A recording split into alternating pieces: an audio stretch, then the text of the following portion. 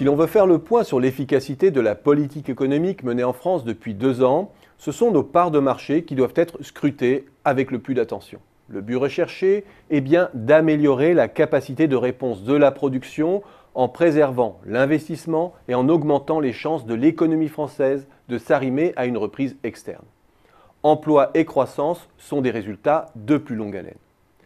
Si l'on en juge par la contribution de notre commerce extérieur à la croissance, on peut s'inquiéter des retombées tangibles du pacte de responsabilité. Mais cet indicateur reste très insuffisant. Il restitue d'abord la dégradation de l'environnement conjoncturel de la France, de la zone euro et des émergents notamment. Idem pour notre balance commerciale hors énergie, qui continue à se dégrader mais qui combine trop d'effets pour que soit incriminée notre seule compétitivité.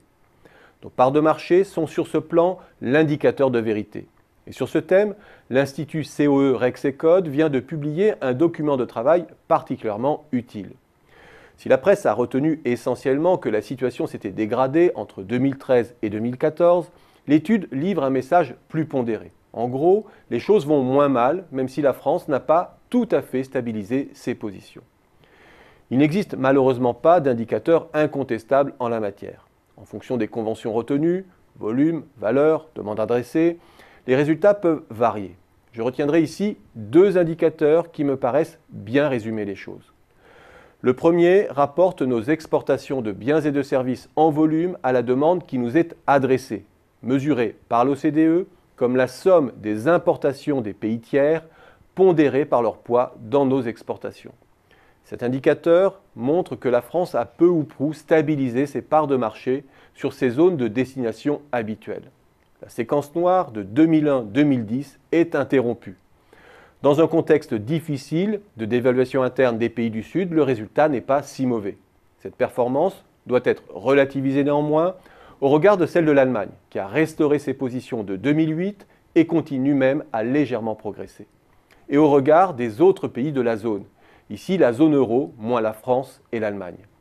Résultat essentiellement imputable à l'Espagne. Mais si l'Espagne fait mieux, sans surprise, la France n'est plus un pays manifestement à la dérive.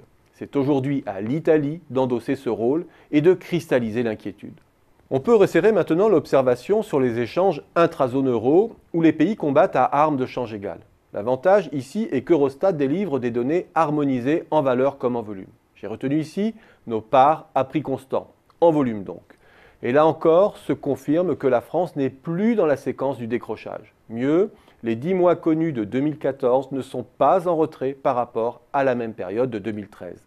L'économie française a même mieux résisté au retour de l'Espagne que l'Allemagne et a fortiori l'Italie. Tout n'est pas résolu, loin de là. Et le travail fin de COE Rexecode est là pour le rappeler. Le lien entre notre stabilisation avec l'inflexion de la politique économique est loin d'être démontré aussi, puisqu'elle devance les annonces gouvernementales. Mais à l'heure où la demande européenne pourrait se raviver, il est important de noter que l'économie française ne sera pas condamnée à rester sur le bord de la route.